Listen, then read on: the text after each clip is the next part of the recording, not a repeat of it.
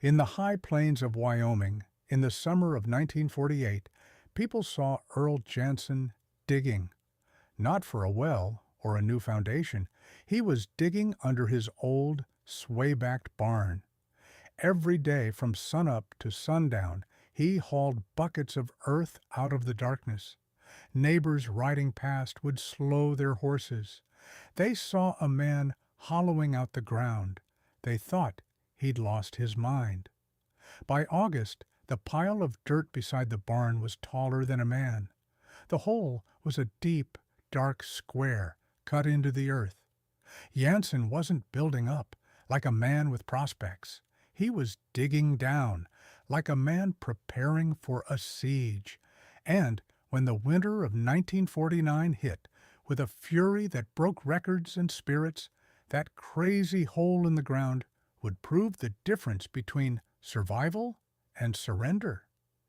If you want to see the number that made the county's best builders go silent, stay until the end.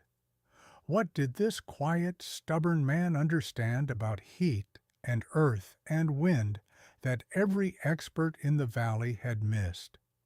Before you head down to the comments and let us know where you're watching from, hit that subscribe button. You'll get one proven frontier technique, just like this one, every single week. Earl Jansen wasn't trying to revolutionize anything. He was a 42-year-old former Navy Seabee trying to keep his family from freezing to death. He'd come to Wyoming with his wife, Margaret, and their 2 young daughters, hoping for a quiet life after the war. The land was cheap, the air was clean, and the cabin that came with the property was solid. By frontier standards, it was more than respectable. Thick log walls, well chinked with oakum and mud, a stone fireplace at one end, a new cast-iron stove in the kitchen. It looked like the pictures people sent back east. It looked like shelter. Then their first winter came. It was a brutal education. The cold on the high plains wasn't just a number on a thermometer. It was a physical presence. It was carried by the wind, a relentless, soul-stealing wind that never seemed to stop. It came howling out of the north, scouring the landscape, finding every tiny crack in the cabin walls. Earl burned through 4 cords of wood in January alone. He fed the firebox every 3 hours, day and night. Still, he woke to frost, feathering the inside of the walls. His daughters, ages 7 and 9, slept in their coats, huddled under piles of quilts. Margaret spent her evenings stuffing rags along the baseboards, only to find them frozen stiff by morning. The water bucket in the corner of the kitchen, 10 feet from the stove, was often skinned with ice by dawn. They lived in a constant, bone-deep chill. The cabin never truly got warm, it just got less cold. The best they could manage was 45 degrees. That was on a good day when the wind dropped below 20 miles an hour. During that long, shivering winter, Earl didn't just chop wood. He watched. He observed. He was trained as a Seabee, one of the Navy's construction battalions. He'd built airstrips in the Aleutian Islands, where the wind and cold were a constant enemy. He'd learned a different kind of engineering, not from books, but from necessity. He learned that you don't fight a force like that head-on. You deflect it. You go around it. Or, if you have to, you go under it. He noticed how the snow would drift up against the north wall of the cabin, and how that small patch of wall was the only one without interior frost. The snow was acting as insulation. He saw how the root cellar, a shallow pit with a simple wooden door, stayed above freezing even on the coldest nights, protecting their potatoes and carrots. The earth itself held a different kind of temperature. One night in February, sitting by the stove, feeding it precious sticks of pine, a thought crystallized in his mind. Wind doesn't just chill the air. It strips heat directly from walls. Moving air, he knew, was the great thief of warmth. A 30-mile-an-hour wind at 0 degrees had the cooling power of minus 40 degrees in still air. He wasn't just fighting the cold. He was fighting a hurricane of cold. And his cabin, as sturdy as it was, stood right in its path. He was losing the battle, badly. He remembered a temporary command post they had built on Adak Island. They couldn't get a proper heated structure up before the winter storms hit. So they dug. They excavated a large pit, framed it with timber, covered it with steel panels, and then buried the whole thing. The wind howled over the top, but inside, with a small diesel heater, it was comfortable. The earth itself had been their primary shield. His plan formed. It was simple, and, to anyone else, it would look like madness. He wasn't going to spend the summer trying to add another layer to his cabin. He was going to bypass the wind entirely. He would dig a room under the old barn, a structure that was already acting as a massive windbreak. This room wouldn't be a root cellar. It would be a living space, a warm room. He would connect it to the cabin with a short, covered trench. The family would sleep there. They would live there during the worst of the winter. The cabin would become the workshop, the kitchen, the airlock. The real shelter would be underground. The opportunity came in June, a government surplus auction in Cheyenne. Earl drove his old truck the 100 miles and came back with a dismantled Quonset hut kit. It was little more than curved, corrugated steel ribs and panels, designed for military barracks. Most ranchers bought them to use as sheds. They were notoriously hard to heat. Earl paid $75 for the whole lot. He didn't care about heating it. He cared about its structural strength. It was designed to hold a load of earth. The work started the next day. He chose a spot in the center of the barn's dirt floor. The barn itself was old, but its heavy timber frame was sound. First, he dug. For 6 weeks, he dug. He cut a rectangle into the hard-packed earth 20 feet long and 12 feet wide. He went down 8 feet. The neighbors saw the growing mountain of dirt and started to talk. They thought he was digging a cistern, but the rains never came. Once the pit was dug, he didn't just erect the hut. This is where the CB training kicked in. First, drainage. He dug a smaller trench at the bottom and filled it with 6 inches of coarse gravel, creating a French drain that led to a deeper sump pit in the corner. Moisture was the enemy of any subterranean structure. It had to have a place to go. Then he laid a floor of thick, rough-sawn planks he'd bought for cheap from the local sawmill. He assembled the steel ribs of the Quonset hut inside the pit, bolting them together. It looked like the skeleton of a metal whale lying in a grave. Before he put on the outer panels, he did something that made no sense to anyone watching. He lined the entire outside of the pit against the earth walls with a thick 6-inch layer of packed clay. He mixed himself. He was building a waterproof vessel like the hull of a ship. Then he backfilled the gap between the clay wall and the steel ribs with dry sand. Now, here's what made this actually brilliant. He was creating multiple layers of defense. The barn above would break the wind and shed the snow. The 3 feet of earth he would eventually pile on top would provide massive thermal insulation. The sand backfill would stop moisture from touching the steel. And the packed clay liner was his final defense against groundwater.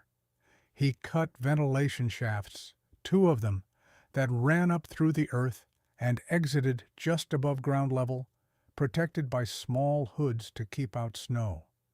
One for air intake, one for exhaust.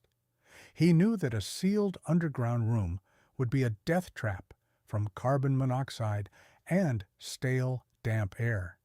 He needed a slow, steady circulation. A small, high-efficiency sheepherder's stove with a carefully sealed flue pipe would provide heat and drive the convection, pulling fresh air in and pushing old air out. He connected the steel structure to the cabin with a 10-foot-long tunnel, framed with timber and sheathed in plywood. He insulated the tunnel itself with packed straw and earth. From the cabin, you would open a door in the floor, walk down a few steps, and move through the short tunnel into the subterranean room. By late September, the build was complete.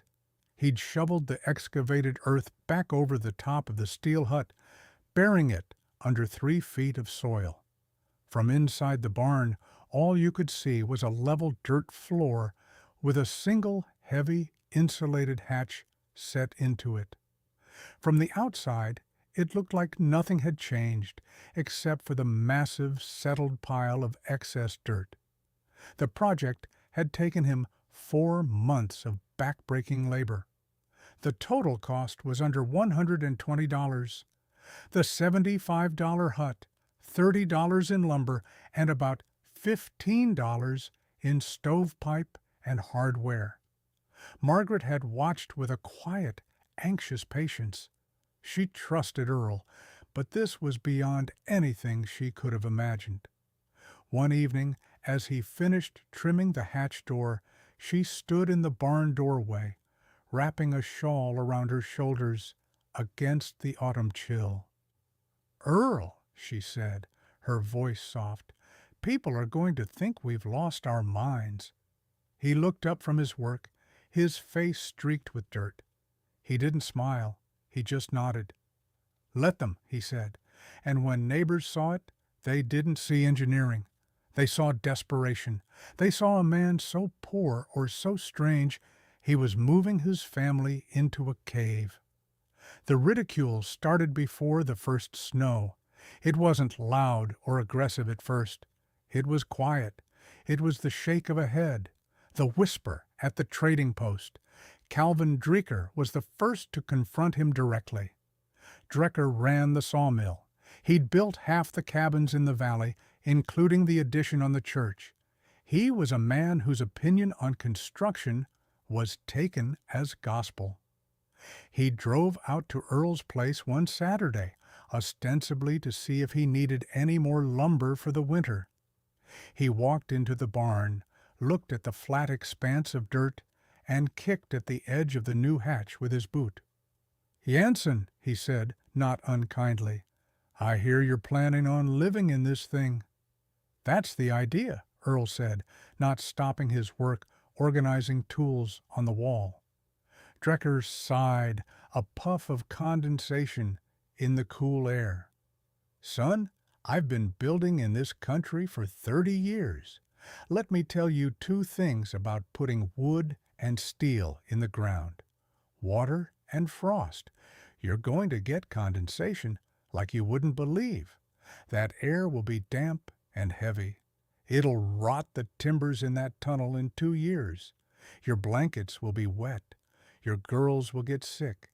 And when a real deep freeze hits, the frost heave will pop those steel panels of yours like a tin can." He shook his head. "You're building a tomb, not a shelter. It's a waste of good steel." Earl straightened up and looked at Dreeker. His response was calm and so short it was almost dismissive. "Just trying something different, Calvin." Dreeker stared at him for a long moment, then just shook his head again and left. The verdict was in. The valley's foremost building authority had declared the project a failure. The whispers got louder. The next week at the trading post, a rancher named Bill Slocum, a big man with a booming voice, saw Earl buying lamp oil. He called out across the crowded room, loud enough for everyone to hear. "Hey, Jansen! Heard you're living like a badger this winter. Don't forget to come up for air." A few men laughed. Earl didn't react. He paid for his oil, nodded to the storekeeper, and walked out. The cruel nickname, however, stuck. People started calling his place the Badger Hole. The gossip network buzzed. At the church quilting circle, the women would ask Margaret gentle, pitying questions. "Are you sure you'll be all right this winter, dear? Is there anything we can do?" The questions went quiet when she entered a room. She felt the weight of their judgment, their certainty that her husband was either a fool or incompetent, that he was putting his family at risk with some crackpot idea. Then came the official visit. Mr. Hayes, the county extension agent, drove out. He was a young man from back east, full of agricultural theory and government bulletins. He was polite, but his concern was obvious. He asked for a tour.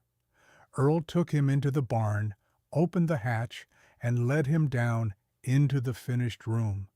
It was simple, but clean and dry. 2 sturdy bunks for the girls, a larger bed for Earl and Margaret, a small table.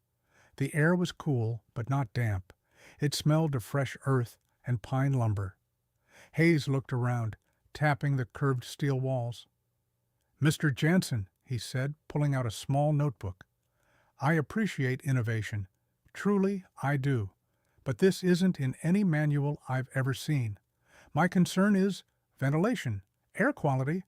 A subterranean dwelling can collect dangerous gases. I have to advise you officially that this is an unproven and potentially hazardous design." "It's ventilated," Earl said, pointing to the intake and exhaust shafts. "It draws." "Still," Hayes insisted, making a note. "It's highly irregular. I'll have to mention it in my report." He was documenting the failure before it had even happened. The final cut, the one that went deepest, came not from a neighbor or an official, but from family. Margaret's brother Thomas lived in Casper. He was a successful hardware merchant who had helped them with the down payment on the ranch. A letter arrived in early November. Margaret read it silently in the kitchen, her face growing pale. Then she handed it to Earl. Thomas's script was neat, his words sharp. "People are writing to us from your valley," it read. "They are worried for you. They say you've built some kind of dugout and plan to live in it. Margaret, this reflects on us all. People will think you've fallen on such hard times that you have to live in a hole in the ground. They'll think Earl has lost his nerve, that he can't provide a proper home. They're going to think he's either scared or incompetent, maybe both." Earl folded the letter and handed it back to Margaret.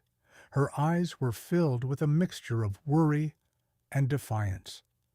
"What should I write back?" she asked. Earl looked out the window at the gray, windswept plains. The first flurries of snow were beginning to fall. "Tell him I'm not trying to impress anyone," he said, his voice level and steady. "I'm trying to keep my family warm." By Thanksgiving, not one person in the valley thought Earl Jansen had solved a problem. They thought he'd built a monument to his own foolishness, a steel-lined hole in the ground they called the Badger Hole. They were all waiting for the first big storm to drive him out of it, to prove them right. Stay with me, because what happened next didn't just prove Earl Jansen right. It changed how people in that valley thought about survival itself. Then December came, and it brought the kind of cold that separates theory from reality. The winter of 1949 is still recorded in Wyoming's climatology archives. It's not remembered as a single storm, but as a siege, a relentless month-long assault of Arctic air, punishing wind, and staggering amounts of snow. It began on December 8th. The temperature dropped to -18 overnight, normal for a cold snap, but it didn't bounce back. December 12th, it fell to -31. By December 18th, the thermometer on the porch of the trading post read -38 degrees Fahrenheit, and that wasn't accounting for the wind. The wind blew constantly, a steady 40 miles per hour from the north, with gusts over 60. Wind chills plunged to 60, 70, even 80 degrees below zero. For 23 consecutive days, the thermometer in the valley never climbed above zero. Snow fell, then fell again, driven by the wind into drifts that buried fences and blocked roads. It wasn't soft, fluffy snow. It was fine and granular, like sand. It packed into a dense, concrete-like mass. The valley began to break. The cold was a relentless thief. It stole firewood. It stole livestock. It stole hope. The suffering was specific and widespread. The Colby Ranch, a large, well-established outfit, was burning through 2 cords of expensive, seasoned hardwood a month, and their big ranch house was holding at 42 degrees. They moved the whole family into the kitchen and sealed off the rest of the house. The Williams family, in a new cabin Dreeker himself had just finished, found their chimney flue blocked with creosote from burning green, unseasoned wood. They had to put their fire out for 6 hours in -30 weather to clear it, their cabin temperature dropping to near freezing. Their youngest son got sick. Ranchers were losing cattle. The animals, unable to find forage under the deep-crusted snow, simply laid down in the wind and died. Their bodies froze solid in grotesque shapes. People started burning anything they could: old furniture, fence posts. The wood piles, which had seemed so large in October, were shrinking at an alarming rate. Families were burning half a cord a week just to keep their homes above freezing, a state of shivering misery. And then people started noticing the Jansen place, or rather, they noticed the lack of anything to notice. Doc Holloway, making a desperate house call on horseback, rode past their property. He saw the cabin, half buried in a drift, looking dark and cold. But then he saw the thin, lazy wisp of smoke rising from the stovepipe that poked out of the barn roof. It wasn't the thick, panic smoke of a fire being stoked for its life. It was a calm, steady plume. As he got closer, he saw Earl Jansen himself, walking from the barn to the cabin. He wasn't wearing a heavy coat. He was in his shirt sleeves, just a simple wool work shirt, in -35-degree weather. Doc Holloway shook his head, thinking the cold had made his eyes play tricks, and rode on. A few days later, one of the Colby boys was out checking fence lines, or what was left of them. He passed by the Jansen place and saw the 2 little girls. They were outside, in the lee of the barn where the wind was broken, building a snowman. They were properly bundled in coats and hats, but they were playing, laughing. In a world where other children were huddled around stoves, sick and shivering, the Jansen girls were playing outside. The sightings were strange. They didn't fit the narrative. The family in the Badger Hole should have been the first to be in trouble. They should have been freezing, desperate, begging for help. But they were quiet. They were calm. They were warm. It made no sense. Stay with me, because the number that came out of this cabin didn't just surprise the valley, it rewrote the rules. The vindication began on December 23rd, the coldest day of the siege. The official temperature at dawn was -42 degrees. Calvin Drecker was exhausted. He'd been using his big sawmill truck to deliver emergency cordwood to families who were running out. The roads were nearly impassable. He was worried about the Jansons. Whatever he thought of the man's sanity, he couldn't let a family with 2 little girls freeze. He loaded up a quarter cord of his best, driest birch and drove his truck as close to their lane as he could get before the drifts became too much. He walked the last 200 yards, the wind so sharp it felt like needles on his exposed skin. He expected to find a scene of desperation. He banged on the cabin door, ready to offer help, ready to bring the family back to his own slightly less cold house. The door opened. It was Margaret Jansen. She wasn't wearing a coat. She wore a simple house dress and an apron. Behind her, the cabin was dimly lit, but the air that wafted out wasn't the frigid air of a house losing its battle with the cold. It was comfortable. The warmth hit him like stepping into a different season. It wasn't the scorching, dry heat of an overworked stove, but a gentle, pervasive warmth that seemed to come from the floor itself. "Calvin," she said, her voice calm, "what are you doing out in this?" Drecker was stunned. He stammered, I brought some wood. I was worried about you folks. Is everything all right?" "We're fine, Calvin," she said, a small, knowing smile on her face. "We're managing fine, but please, come in, out of that wind." He stepped inside. The cabin was being used as a staging area. Coats hung on pegs, but they were dry. The kitchen stove had a low fire, a pot of something simmering on top. It was the room beyond that held his attention. The door in the floor was open, and a soft lantern light glowed from the tunnel below. And from that opening came the impossible warmth. Behind Margaret, through the opening, Drecker saw the image that would forever crystallize the moment. He saw the 2 Jansen girls. They were sitting at the small table in the subterranean room below. They were playing with dolls, and they were wearing simple, short-sleeved cotton dresses. Not coats, not blankets, dresses. Drecker couldn't square the image with the reality of the howling blizzard outside. He felt a sense of profound dislocation, as if he'd stepped through a portal into another world. How much wood are you burning?" he asked, his voice barely a whisper. "Oh, not too much," Margaret said. "Earl keeps that little stove in the warm room going steady. I suppose we're using less than a cord every 2 weeks." Drecker felt his jaw go slack. A cord every 2 weeks. People were burning half a cord a week. His own family was going through a cord every 10 days, and his house was a miserably cold 40 degrees. He walked past her, drawn by an invisible force toward the thermometer that hung on the far wall of the cabin, near the opening to the tunnel.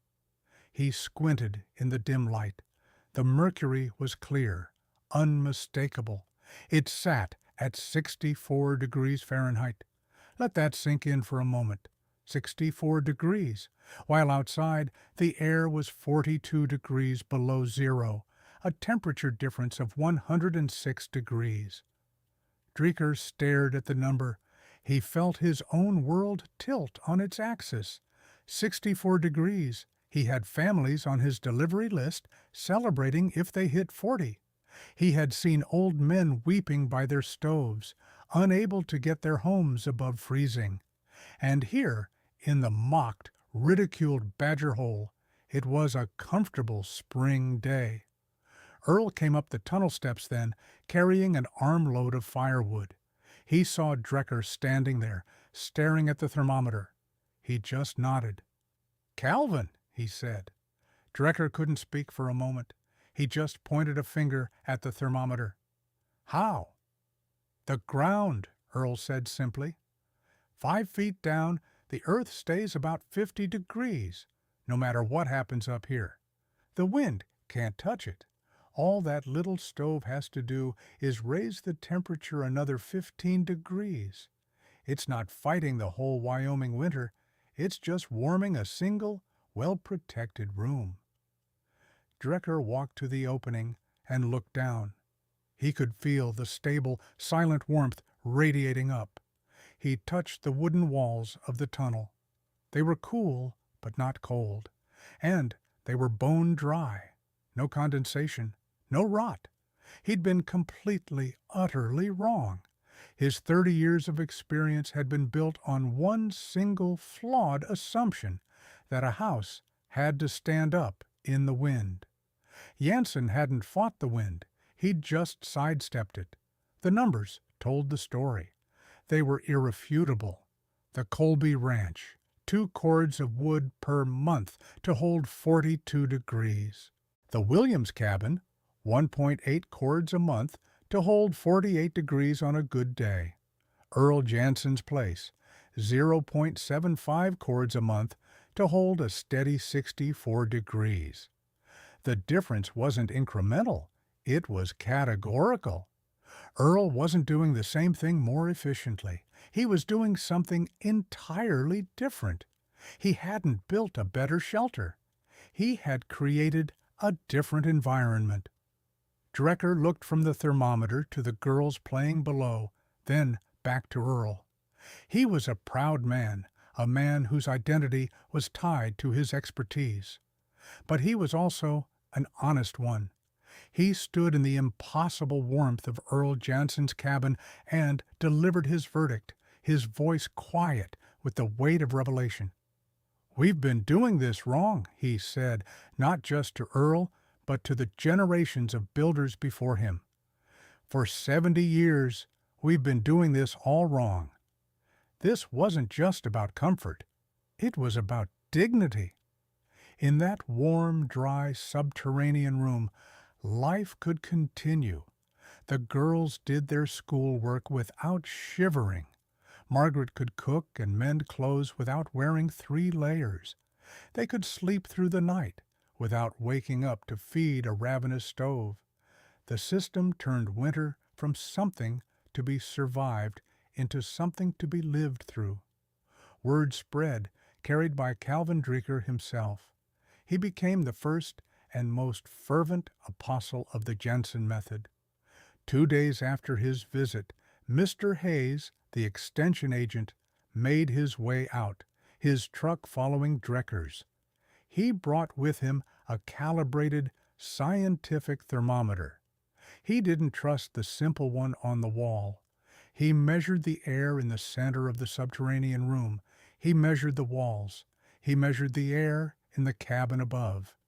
He spent an hour taking readings, his face a mask of professional disbelief. The numbers were real. If anything, Earl's thermometer was a degree or 2 low. Hayes looked at the meticulous logbook Earl had been keeping since the 1st of November.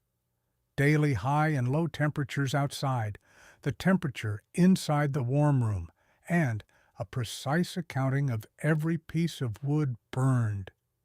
This wasn't luck. It was data. By the time the great blizzard finally broke in mid-January, half the valley knew that something impossible was happening at the Jansen place. The Badger Hole was no longer a joke. It was a miracle. The adoption started that spring. The first convert was Tom Colby. He'd lost nearly a third of his herd in the blizzard. He came to Earl in April, hat in hand. He didn't have a barn suitable for digging under, but he had a small hill behind his house. With Earl's quiet guidance, he used his tractor to excavate into the hillside, building a small 10 by 12-foot room. He framed it with thick railroad ties, waterproofed it with tar paper from the railroad, and buried it, connecting it to his kitchen with a short, insulated hallway. It was a simpler, cruder version, but it was based on the same principle: get out of the wind and use the earth. That next winter, while the main Colby ranch house was still a drafty, wood-hungry beast, The small hillside room, the Colby Cave, as his kids called it, stayed a comfortable 60 degrees with a tiny stove that sipped firewood. It became the family's winter living room and bedroom. The idea spread like a slow, logical fire. It wasn't a revolution of grand new houses. It was an adaptation. People started adding Jansen rooms or thermal cellars to their existing homes. 7 families built one that first summer, 12 more the next. By 1952, there were over 30 in the county. Each was a little different, adapted to the landscape and the materials on hand. Some were dug under barns, others into hillsides. One man even converted an old, buried water cistern. Mr. Hayes, the extension agent, who had come to warn Earl of failure, became his greatest champion in the official world. In the fall of 1950, he published a government bulletin titled Subgrade Thermal Shelters for High Plains Environments. It was filled with Earl's data, drawings of his system, and testimonials from farmers who had adopted it. The bulletin spread across Wyoming into Montana and the Dakotas. What Earl Jansen had built to save his own family became a regional blueprint for survival. What Earl had done in 1948, driven by necessity and informed by his unique experience, anticipated by nearly a century what building scientists would later call earth-sheltered construction and passive geothermal design. He didn't have the fancy terms. He just had the core principle. Years later, a young reporter from Cheyenne came out to do a story on the now famous Wyoming tunnels. He found Earl, older now, still living on the same plot of land. The original subterranean room was still there, still dry, still warm. He asked Earl if he was proud of having invented a whole new way of living in the West. Earl just shrugged, looking out at the vast, wind-swept landscape. "This isn't new," he said. "The earth was always warm. The animals knew it. I just paid attention. It's not revolutionary. It's just correct." The frontier didn't reward stubbornness or tradition for its own sake. It didn't care about how your grandfather built his house. It was a place of brutal, honest feedback. The frontier rewarded what worked. Earl Jansen's quiet competence, his refusal to argue or defend himself with words, was ultimately vindicated by the simple, irrefutable fact of a warm room on a cold night. His legacy wasn't a patent or a fortune. It was the quiet dignity of survival, a lesson written not in books, but in the earth itself. Drop a comment and let us know. Where are you watching from? And what's the coldest winter you've ever had to face? For more stories of quiet competence and forgotten wisdom, make sure you're subscribed. We publish one new story based on a proven frontier technique every single week.